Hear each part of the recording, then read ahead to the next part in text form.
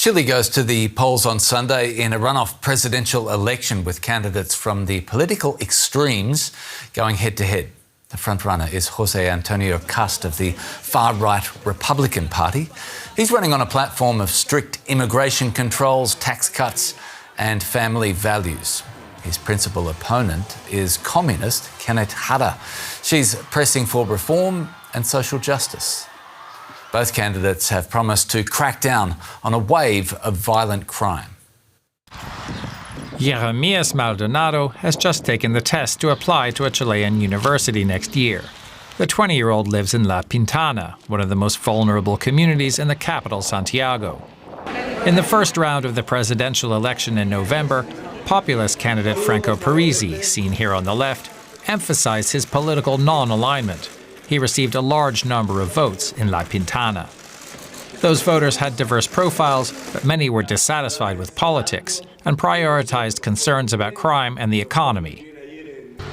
Jeremías was one of his voters. I'm neither right-wing nor left-wing, so I went with him. Parisi came in third in the first round with almost 20% of the votes. Now his voters are key in the presidential race. He didn't endorse either of the two candidates in the runoff, Communist Jeannette Jara and far-right José Antonio Kast, who are trying to win Parisi's voters over. Many of them are from low-income areas and under 35 years old. Like Jeremías, who has not yet decided how he will vote. I'd like to cast a blank ballot, but I think that would be pretty ignorant of me, so I'm going to find out a bit more. He's not the only one. Occupational therapy student Tamara Pereira also voted for Parisi and doesn't have a favorite today either. There are two extremes, the far right and far left, neither of which convinces me 100%. 19-year-old Juan Duque has the same dilemma, although he plans to solve it in his own way. I plan to consult artificial intelligence for direct information, so I can do my research and make a decision. It's easier. With automatic voter registration and mandatory voting, people under 35 now represent a third of the Chilean electorate. They all have something in common.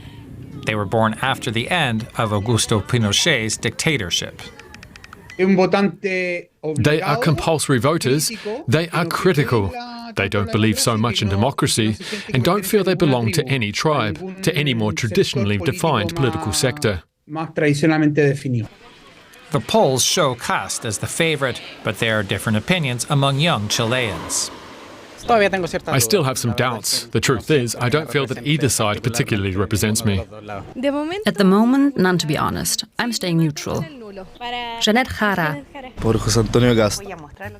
Both Jara and Kast have strengthened their presence on social media, mainly on TikTok, seeking to connect with these young voters, but that might not be enough to get young Chileans truly engaged in politics. Our journalist John Bartlett joins me now from Chile's capital, Santiago. John, good to see you. Our piece talks a little about apathy as being one of the problems faced by young voters, but of those who are engaging in Chilean politics, what are the issues they care most about? Yeah, thank you for having me on. It's very interesting, actually, how young people have changed. I mean, the issues which matter to them now are completely different to those which mattered to the young people I spoke to 4 years ago. When Gabriel Boric, the left-wing current president in Chile, was elected. I mean, his program at the time was all about, it was sort of eco-feminist. There was a lot of social issues involved. It was about protecting the environment. This time around, those issues are just not there. And then among young people, we see the same kind of patterns that we've seen across society reflected there too. So young people are talking to me, and I've been up and down the country over the last month or so, a bit longer than that, talking to people about the things that matter to them. And young people are talking about crime, they're talking about public security, they're talking about migration, the issues which, to be honest, favour José Antonio Kast, and the issues which Jeannette Jara is campaigning on, which are more about affordability. It's a social agenda as well. She's a former minister under Gabriel Boric. Just don't seem to be cutting through in the same way as before. And I think that her ceiling, to be honest, is quite a lot lower than José Antonio Kast in this second round election.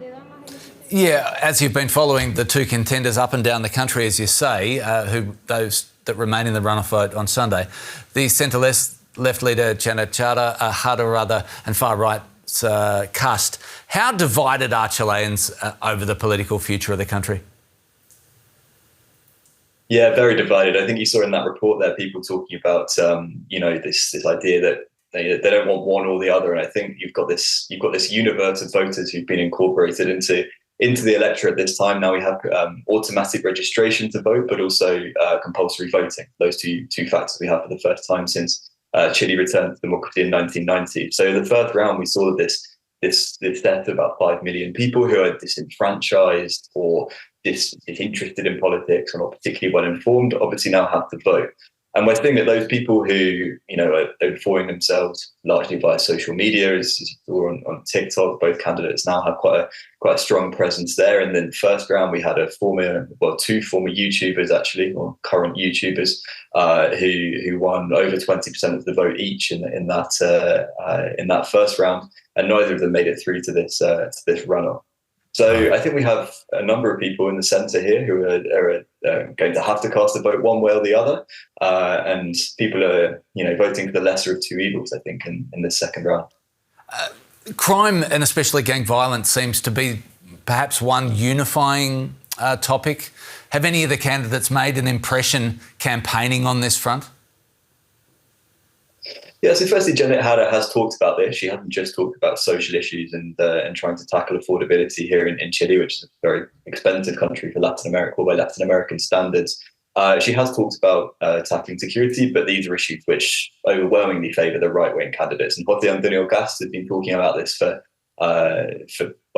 20 years now in politics. He's been there, for a long time as a congressman to start with. And this is his third run at the presidency. So he's talked a lot about digging ditches potentially along the border to stop illegal migration. Illegal migration has declined incredibly. I mean, it reached a peak during the pandemic, in particular in 2020, people fleeing economic ruin in Venezuela, and lots of people came over the border in the north of Chile, in the desert, which is not an easy border to protect. It's incredibly porous. So a lot of people were able to come in then. So illegal migration has, of course, been a problem. And what we've seen in Chile is that the crime rate has increased, but it's certain types of crime. And that's what people will tell you up and down the country. They'll talk to you about, things that didn't happen before. It's kind of violent crimes, like kidnappings, which never happened here before, which have started to happen. Homicides have spiked. They spiked in 2023 and have started to decline again now already. But these are the things that people have really, really latched onto. And I think that it's really set in this kind of fear of crime.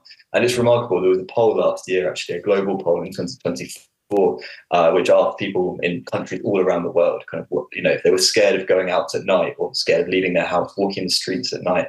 And Chile ranked 6th of 144 countries surveyed in terms of the highest fear of going out at night, which is absolutely remarkable for a country which is still one of the safest in Latin America. But this is a narrative which is really set in.